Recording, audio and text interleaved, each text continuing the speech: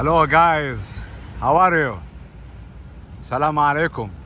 هنا دلوقتي ديزني،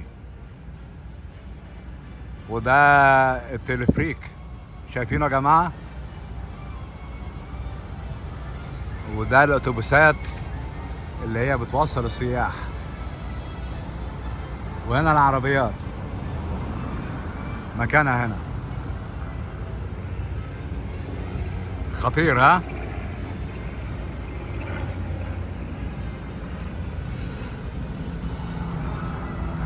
ايه رأيكم يا جماعة؟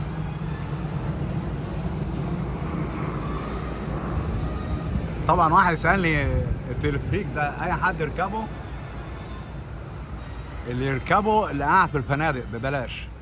لو انت حاجز في الفندق من حقك تستعمله، شامل مع حق التكاليف الفندقية. بالتالي مش اي حد يركبه، لازم تقيم مقيم في الفندق. بس المقيم في الفندق يركبه ان شاء الله حتى 24 ساعة في اليوم، مفيش مشاكل يعني. اوكي، خطيرة.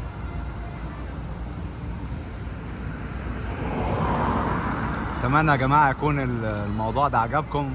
اسم المكان ديزني هوليوود إبكات.